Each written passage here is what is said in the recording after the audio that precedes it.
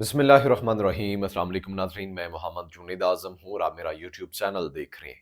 لاکھوں کروڑوں درود و سلام محمد صلی اللہ علیہ وسلم اور آپ کی آل مبارک پر۔ بڑے ہوش ربا انکشافات ہو رہے ہیں، بڑے بڑے الزامات لگائے جا رہے ہیں۔ شہریار افریدی صاحب لائیو شو میں بیٹھے ہوئے تھے اور انہوں نے ایسے ہوش ربا انکشافات کیے ہیں، آپ اگر سنیں گے تو آپ یقینی طور پر رو دیں گے۔ اس قدر ظلم اور بربریت جو ہے وہ ہوئی ہے، 10 دن تک کیا ہوتا رہا ہے انہوں نے لائیو شو میں بیٹھ کر بتا دیا ہے۔ اس کے ساتھ ساتھ ناظرین گرامی، اسلام آباد لاہور سے بہت بڑی جو خبریں ہیں وہ آنا شروع ہو گئی ہیں۔ ادھر لاہور میں ہلچل ہے اور ادھر اسلام آباد میں ہلچل ہے۔ جہاں ان دونوں شہروں میں ہلچل ہے، کچھ بڑا ہونے جا رہا ہے، ہنگامی اجلاس جو ہے وہ طلب کر لیے گئے ہیں، وہیں پر الیکشن کمیشن جو ہے اس کا بھی بھانڈا پھوٹنے والا ہے، کیونکہ ذرائع خبر دے رہے ہیں کہ الیکشن کمیشن کے اراکین بھی سامنے آنے والے ہیں اور آ کر بڑا جو بھانڈا ہے الیکشن کمیشن کا وہ پھوڑنے والے ہیں۔ اس کے ساتھ ساتھ جہاں پر اتنی ہلچل ہے وہاں خیبر کا جو باب ہے، باب خیبر، وہاں سے مراد سعید نے ایک احتجاج کی کال دی تھی، اور یہ احتجاج اگر آپ دیکھیں تو آپ واقعی حیران رہ جائیں گے کہ اس احتجاج کا پرپس کیا ہے اور اتنی عوام کیسے نکل آئی ہے، اور یہ احتجاج شدت اختیار کرتا جا رہا ہے۔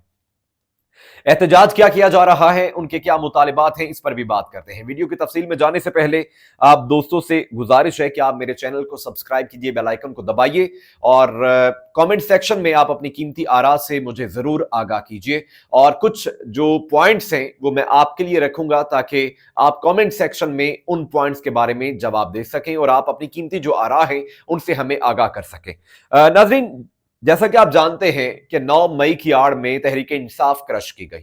تحریک انصاف پر ظلم و ستم کے پہاڑ توڑے گئے، اور ان میں سے ایک جو وکٹم تھا وہ شہریار خان افریدی بھی تھا، عمران خان کے ساتھ ہی۔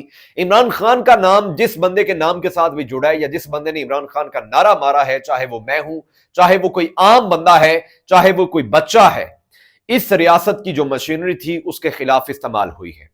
لاہور میں ہم نے دیکھا کہ کیسے نگرانوں نے ظلم و ستم کے پہاڑ توڑے ہیں۔ آج لائیو شو میں بیٹھتے ہوئے شہریار خان افریدی نے ایسے ہوش ربا انکشافات کیے ہیں کہ آپ کی آنکھیں بھی نم ہو جائیں گی۔ کہتے ہیں میری بیٹیاں اس تمام سچویشن کے دوران 10 دن تک وہ جھاڑیوں میں بیٹھی رہی ہیں، وہ جھاڑیوں میں چھپی رہی ہیں۔ ان کے جو بہت اپنے تھے، جو ان کے قریبی لوگ تھے، جب مشکل وقت تھا شہریار خان افریدی صاحب پر، شہریار خان افریدی صاحب کہتے ہیں کہ انہوں نے مجھ سے منہ موڑ لیا تھا، وہ مجھ سے بات نہیں کرتے تھے، وہ مجھ سے رابطہ نہیں کرتے تھے، میں ان سے کانٹیکٹ کرتا تھا لیکن وہ مجھ سے کانٹیکٹ نہیں کرتے تھے۔ کیا ریاست اجازت دیتی ہے، کیا ہمارا دین اجازت دیتا ہے کہ بیٹیاں رات کی تاریکی میں 10 دن تک وہ جھاڑیوں میں چھپ کر انہوں نے وہ وقت گزارا جب شہریار خان افریدی کو پولیٹیکل وکٹمائزیشن کا نشانہ بنایا جا رہا تھا؟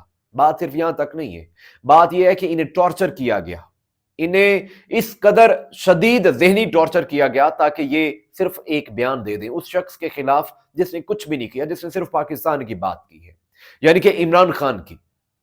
اعظم سواتی صاحب آپ کو یاد ہوں گے، انہوں نے رو کر ایک پریس کانفرنس کی تھی جس میں انہوں نے بتایا کہ کیسے ان کے گھر کی جو پرسنل ویڈیوز ہیں وہ بنائی گئی ہیں، کیسے ان کے کمرے کی جو پرسنل ویڈیوز ہیں جب میاں بیوی تنخواہی میں ہوتے ہیں تو ان کی ویڈیوز جو ہیں وہ بنا کر انہیں دکھائی گئی ہیں۔ یہ کون کرتا ہے؟ میں کرتا ہوں، میرے اتنے سورسز ہیں، کون کر سکتا ہے؟ کس کے ہاتھ میں ہے یہ اختیار؟ سوال تو ہم کریں گے نا بھائی، سوال تو ہمیں کرنے دیں، جواب آپ دیں یا نہ دیں، آپ نے ظلم و ستم کے پہاڑ توڑے ہیں، کم از کم سوال تو کرنے دیں۔ اس کے ساتھ ناظرین گرامی کچھ بہت بڑا جو ہے وہ ہونے والا ہے، کیونکہ اسلام آباد لاہور سے جو بڑی بڑی خبریں آ رہی ہیں اور بڑے ہنگامی اجلاس جو ہے وہ طلب کر لیے گئے ہیں، اب ان سے یہی لگتا ہے کہ بہت کچھ ہونے والا ہے۔ ادھر لاہور ہائی کورٹ بار کی اگر بات کر لی جائے تو لاہور ہائی کورٹ بار نے اسلام آباد ہائی کورٹ کے جو 6 ججز ہیں، یہ 90% ججز بنتے ہیں۔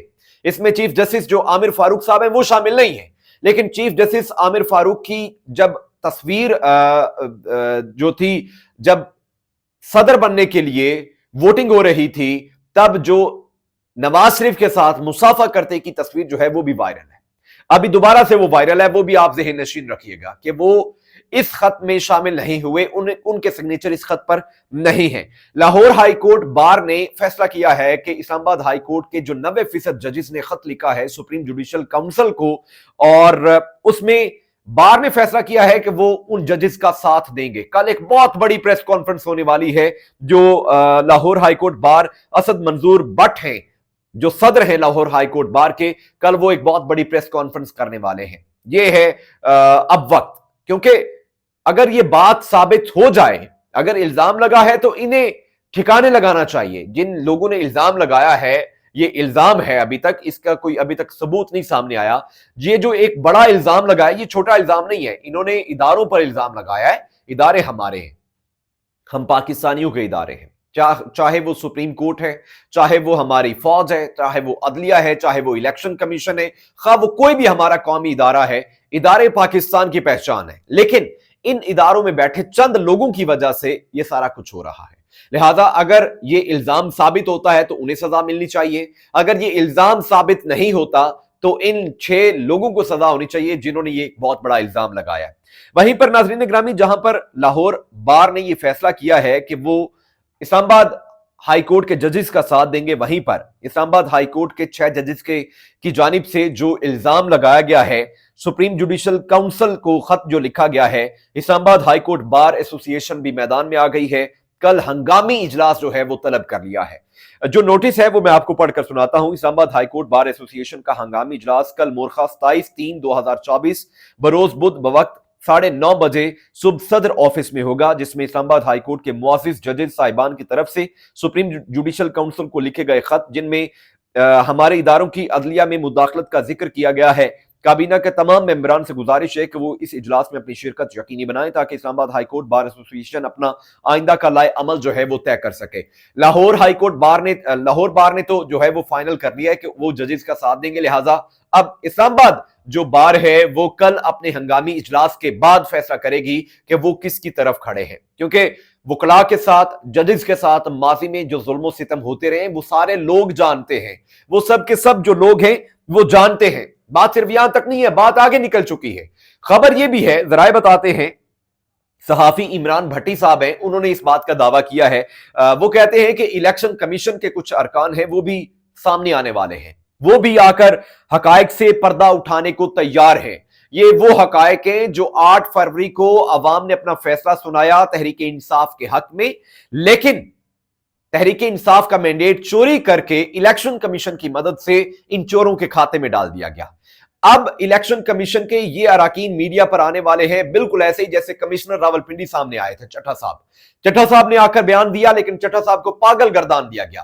اس کے بعد چٹھا صاحب سامنے بھی نہیں آئے، چٹھا صاحب کا آج تک کوئی اتا پتہ بھی نہیں، اور اس کے بعد یہ کہہ دیا گیا جناب علی الیکشن کمیشن کی جانب سے کہ انہوں نے کہا جی میں وہ غلطی ہو گئی ہے، میں معافی مانگتا ہوں، میں نے جو بھی الزام لگائے ہیں بس وہ میں ایسے تحریک انصاف کے لوگوں سے ملا تھا پھر میں نے الزام لگائے۔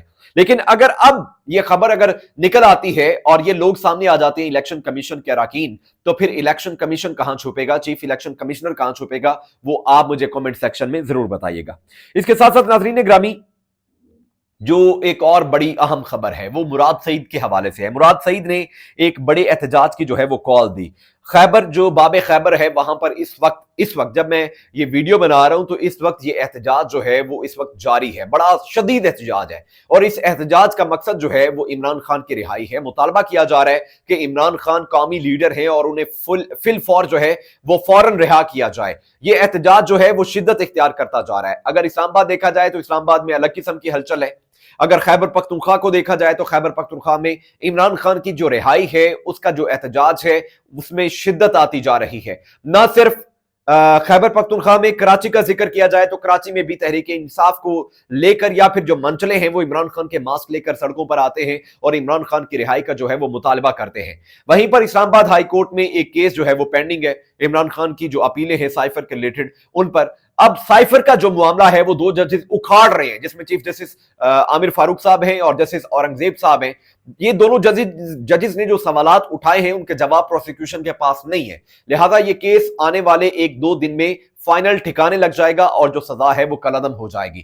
دعا یہی ہے کہ ہمارا ملک جو ہے وہ کسی نہ کسی طرح سے استحکام کی طرف جائے. یہ جتنے بھی انتشاری لوگ ہیں، خواہ وہ کسی بھی ادارے میں بیٹھے ہوئے ہیں، وہ ہمارے ملک کے دشمن ہیں. خواہ وہ عدلیہ میں ہیں، خواہ وہ ہماری ایجنسیز میں ہیں، خواہ وہ ہمارے الیکشن کمیشن میں ہیں، جو لوگ ملک پاکستان کا مفاد نہیں سوچتے وہ ہمارے دشمن ہیں. اللہ پاک سے دعا ہے کہ ہمارے ملک کو استحکام دے. آپ کی اس تمام کے بارے میں کیا رائے ہے کامنٹ سیکشن میں ضرور بتائیے گا. انشاءاللہ اگلی ویڈیو میں آپ سے ملاقات کروں گا. تب تک کے لیے دعا میں یاد رکھیے گا. اللہ نے کے بعد.